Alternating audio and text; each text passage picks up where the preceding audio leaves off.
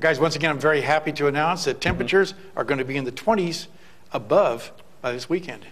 Wow. Excellent. That's great. It is good news. Oh, it's really good. You know, I know a lot of cross-country skiers out there that haven't had a chance this year due to the cold weather. I've had many New Year's Eves where it's been 40 below, so this should help fireworks displays too. That's true.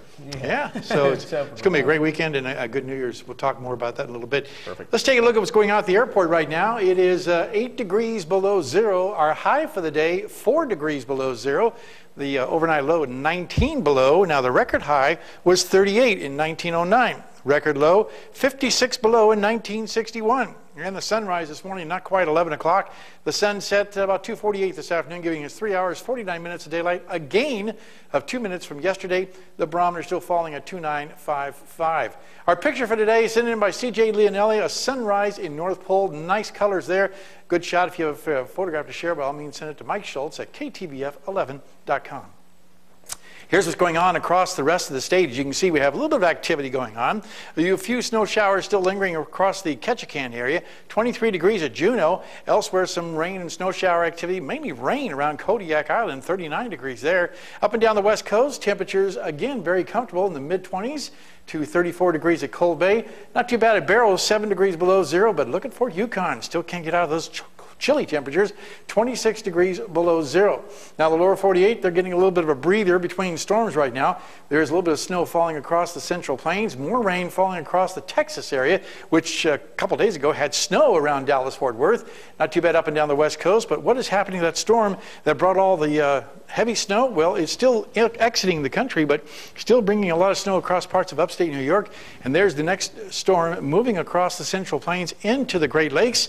And yet another storm moving on the west coast. That's going to bring more weather with it. And very cold temperatures will continue to move in behind this storm system as it exits out of the Atlantic Ocean, bringing a mix of rain across the New England area.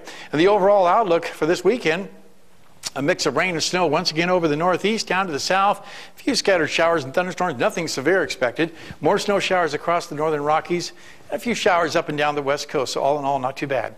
Well, back to Alaska for tomorrow, starting in the northern sections, flurries in Barrow, snow developing for Nome, and cloudy skies at Fort Yukon.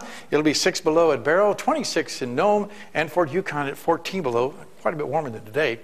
Over the interior, looking at decreasing clouds at Fairbanks and Denali Park, a little warmer.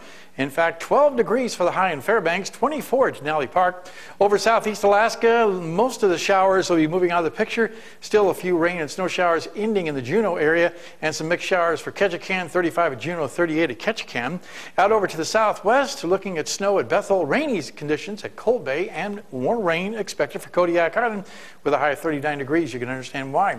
And over the south central regions, cloudy skies in Anchorage, rain and snow showers at Homer, and snow expected to develop once again in the Valdez area, 30 degrees at Valdez, 31 at Anchorage, and 37 at Homer. Again, time for our kids' weather, and we're having the kids taking a break right now for Christmas vacation. As you can see, our weather fact for tonight, in 2004, heavy rains hit parts of California, setting record daily amounts, and those haven't been broken for quite a while. Mount McKinley Bank, thanks for sponsoring our Kids Weather Watch. And next week, well, actually, maybe 2 weeks from now, North Pole Elementary School will be our guest with the week of January 9th. It is a Thursday night, which means it's time for our road conditions, brought to you by Jose Body and Paint and the Department of Transportation for Alaska. Station Elliott Highway, snow removal equipment on the roadways there, so keep an eye out for those guys. Richardson Highway, gusty winds are still around the Delta Junction area, and the icy roads makes that really tough. And the Parks Highway, some drifting snow, reducing visibility. So keep all that in mind if you're out driving. Here's your advisory air quality index. We just can't seem to get away from this through 5 p.m. tomorrow. Unhealthy for Fairbanks and very unhealthy for North Pole, so keep that in mind if you have any health problems, respiratory, and you keep the kids inside just to be safe. Okay, now here's our forecast for tonight. 14 below, mostly clear skies, continue quite chilly. Tomorrow's forecast will rebound nicely, quite a bit warmer with clouds slowly decreasing, but the good news is, like I've been saying for the last few nights, looks like beautiful weather moving into the weekend. Saturday, 20 degrees. Sunday, 17 degrees. Maybe we'll even see some snow shower activity on Saturday evening, but that'll move out pretty quickly. And for the rest of the holiday weekend into New Year's Day, looking at temperatures in the teens above, mid-teens above, overnight lows in the single digits below. And Not bad at all for July 4th. I'm right. For January 1st. July 4th, okay. Bad I was July thinking 4th. of fireworks, and I got the two Okay. mixed up. That's right. And Joe, in 2000, it was 45 below Yeah. in New Year's Eve. So yeah, And the fireworks just went. Yeah, exactly.